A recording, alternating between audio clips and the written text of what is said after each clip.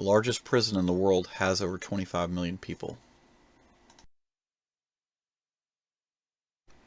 1/3 of the prisoners starve. The prisoners are not free to leave. They routinely endure hardships that the West would scarcely know. Of course, the prisoners are the North Korean people. These are the regular people of North Korea, reduced to peasantry. Even in the best years, North Korea struggles to feed its population. It relies on songbun, which is a unique North Korean concept of loyalty to the state. This is a diagram of North Korea's songbun system. At the top is the Kim family, which is very small. It includes Kim Jong-un and his sister Kim Yo-jong. It also includes other close relatives of Kim Jong-un. The next class is the special class, which is very rare. It usually comprises a person from the core or nucleus class who has been given an audience with the leader for at least 20 minutes and had a photo taken. The next class is the nucleus core class, which is about 1/4 of the population of North Korea. They live around Pyongyang and the surrounding areas. Generally, if a person is in that class, their family fought against the Japanese or they have had some ties to the Kim family in the past. The next class is the basic wavering class, which is a little over half the population. This represents the regular people. Next comes the complex class and the hostile class. They represent about 20% of the population. They're former landowners and also their families fought against the communists in the Korean War of 1950 to 53.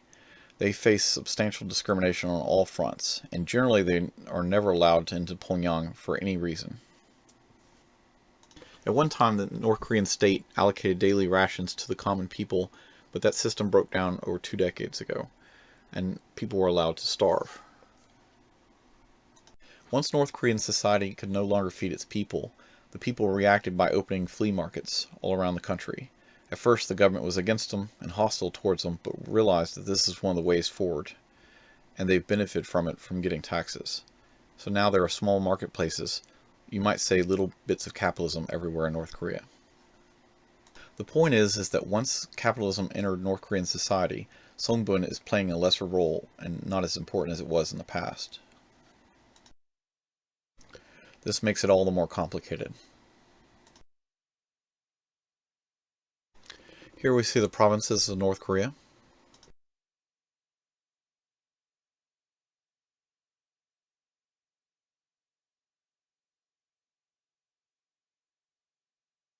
Since the North Korean state could no longer feed its people, it was decided by the government to divide the country into 2 partitions, the south and the north. The south, which includes Pyongyang, is a high songbun area.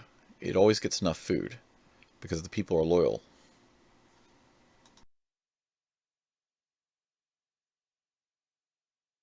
The north, which is a low songbun area, gets little food. They are considered less loyal to the regime. Here's satellite imagery of North Korea at night. If you notice that up north, China's cities are well lit, as well as South Korea, especially around Seoul, which is extremely well lit. Look at North Korea in the box closely.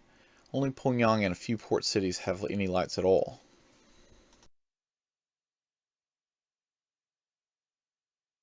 Even within a country full of prisoners, there can be solitary confinement. And this is what these concentration camps are, and that's what they are, concentration camps. So you notice on the graphic, there are 6 of them. There's maybe more.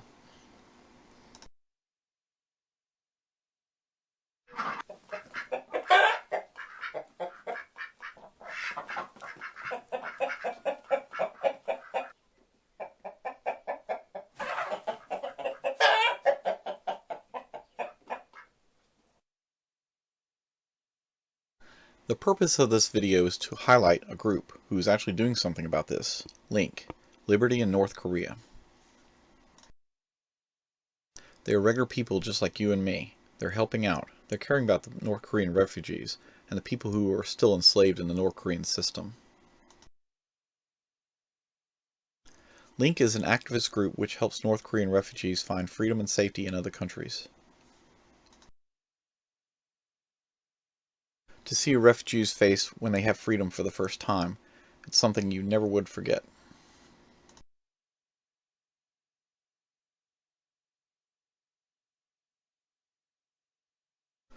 Link is for people like this guy, who's behind barbed wire. He may not realize it, but he's a prisoner. Link values people over politics. The URL is libertyinnorthkorea.org. When you raise funds to help rescue a North Korean refugee, you're saving a life. It's not just adults that are saved, but there are children refugees too.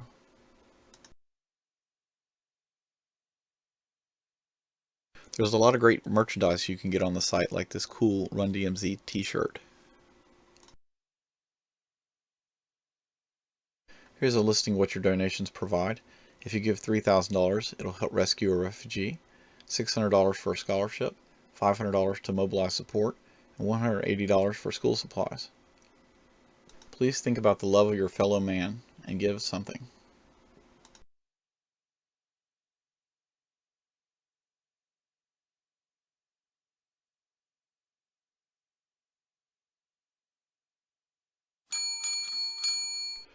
If you liked what you see, hit the subscribe button or share. Thank you. This has been EmersusTech.